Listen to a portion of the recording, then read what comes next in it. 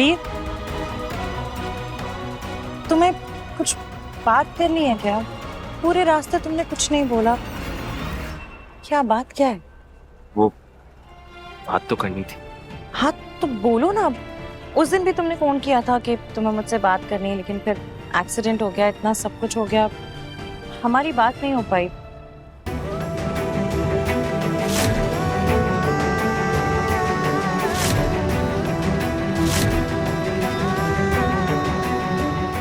ये मंगलसूत्र ना, इसके साथ जी नहीं पा रही हूँ मैं। तुमने वादा किया था ना माँ से कि ढूंढोगे उसे। वीर क्या बात है? मैंने आज से पहले इतना परेशान तुम्हें कभी नहीं देखा। क्या हुआ है? तुम्हारे और माही के बीच में सब कुछ ठीक है ना? तुमने बताया था कि तुम मुझसे प्यार नहीं करते, शादी नहीं करना चाहते, तुम किसी और से प्यार करते हो। तेरा बात शादी तक पहुंच गई तो मैंने सोचा सब कुछ ठीक होगा तुम दोनों के बीच।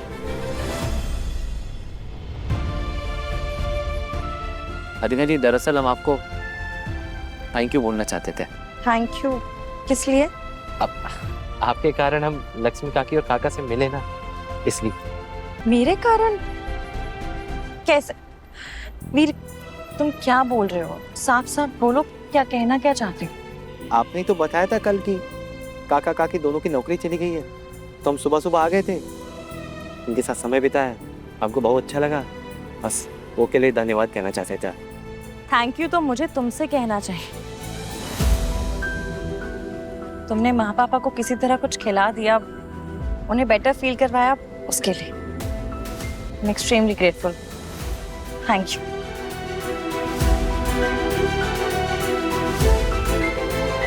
वीर मैं जाऊं? ठीक।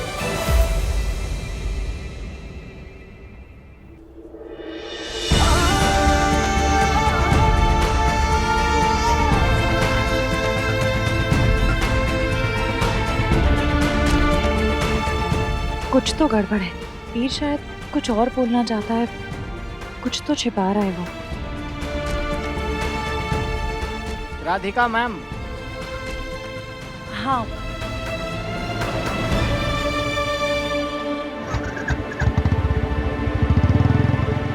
चेक बात हुई अम्मा। समारोह में कोई आता है, राधिका के गले में माता रानी का मंगलसूत्र डाल देता है, उसे हमरा का लेना देना?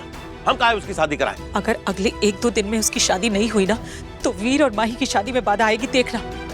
लिख कर दे सकती हूँ मैं इस बात को। उस दिन उत्सव में क्या हुआ था याद है आपको? उस राधिका के कारण शादी रुक गई थी, क्योंकि उसने माता रानी की वो पवित्र साड़ी पहनी हुई थी। आप समझिए मेरी बात को, वो लड़की ठीक नहीं है। बस नलिनी, लेकिन अम्मा जी, हम कह रहे हैं ना, बस।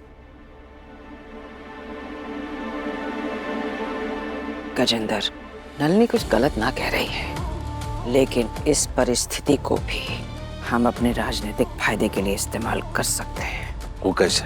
राधिका के गले में जो मंगलसूत्र है ना, वो माता रानी का है। हाँ? मंगलसूत्र किसने पहनाया, उसका पति कौन है, ये कोई ना जानता है, और राधिका भी नहीं। ठीक है अम्मा।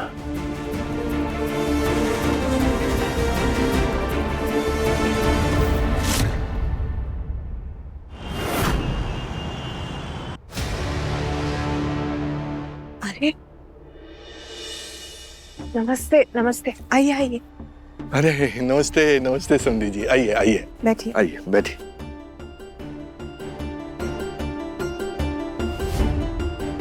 अच्छा,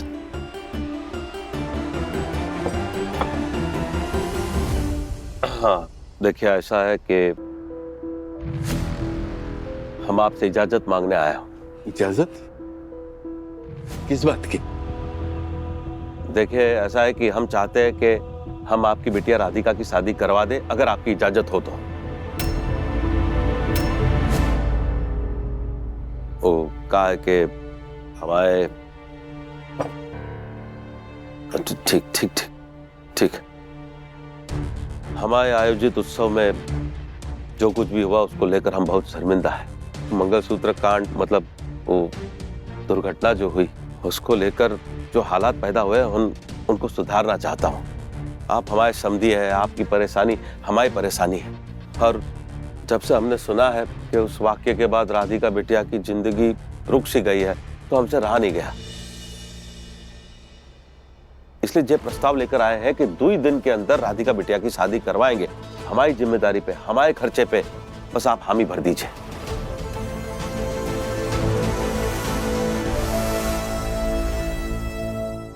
देखिए, ऐसा है कि हमने सोचा है लायक लड़कों को एकत्रित करेंगे। राधिका बिटिया जो है एक एक से मिलेगी, बातचीत करेगी, जिसके साथ मनमेल होगा तभी बात आगे बढ़ाएंगे, है ना? आसानी भी हो जाएगी और राधिका बिटिया क्लियर भी रहेगी। गजेंद्र जी, पर मैं ये बात समझ नहीं पा रहा हूँ कि आप ये सब क्यों कर रहे हैं? हमारी राधिका पहले ही बहुत कुछ झेल चुकी है, तो अरे तभी तो करना चाहते हैं श्रीनिवास जी। हम जानते हैं राधिका बिटिया के साथ जो हुआ बहुत गलत हुआ, नहीं होना चाहिए था। शादी के दिन मंगेतर गुजर गया, फिर ये मंगलसूत्र वाली बात। हम भी एक बेटी का बाप, माँ बाप होने के नाते आपके दिल पे क्या गुजर रही है हम भली भांति समझ सकते हैं। लेकिन समधी जी, उसके गले में मंगलसूत्र है। अरे भाभी जी, मंगलसूत्र है तो क्या बात है? मतलब कोई अनसठ आदमी आएगा, आपकी बिटिया के गले में मंगलसूत्र डाल के चला जाएगा, पलायन हो जाएगा, तो आप उसको दामाद मान लेंगे? अरे राधिका बिटिया को हक मिलना चाहिए उसका मनपसंद जीवन साथी चुनने का। ये शादी है, शादी मजाक ना है। शादी तो पवित्र बंधन होता है जो विधि विधान से, स्वीकृति से, विश्वास से स्थापित होता है। और हम राधिका बिटिया को बिना उसकी मर्जी के रिश्ते में बंधने ही नहीं देंगे।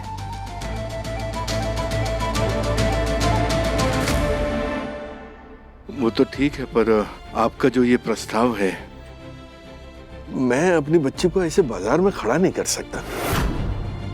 ये प्रस्ताव ही बहुत अजीब सा लग रहा है। अरे नहीं नहीं नहीं श्रीनिवास जी, आप हमारी बात का गलत मतलब निकाल रहे हैं। हम राधिका बिटिया की नुमाइश नहीं करना चाहता हूँ। अरे हम तो उसको फैसले का हक देना चाहता हूँ। आप लोग बताइए, आज तक क्या होता आ रहा है? हाँ, लड़के हमेशा हाँ ना कह के लड़की को रिजेक्ट कर देते हैं, लेकिन इस बार फैसला राधिका के हाथ में होगा।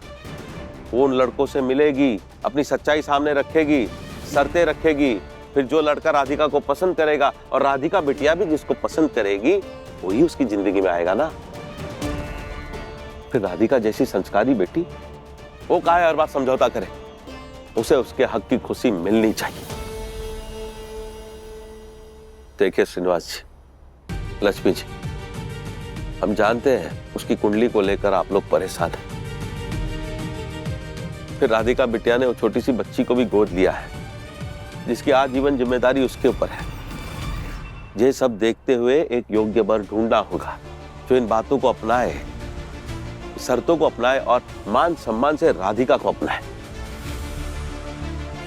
आप तो जानते हैं हम वरुण को पसंद नहीं करते, लेकिन वरुण ने विधि विधान से, इज्जत से ऐश्वर्या के गले में मंगलसूत्र डाला, शादी करके इस घर में इज्जतदार दर्जा दिया। वरुण ऐश्वर्या को पसंद करता है, ऐश्वर्या वरुण को पसंद करती है। जब ऐसा हक हमारी बेटी को है तो फिर आपकी बेटी को काहे नहीं?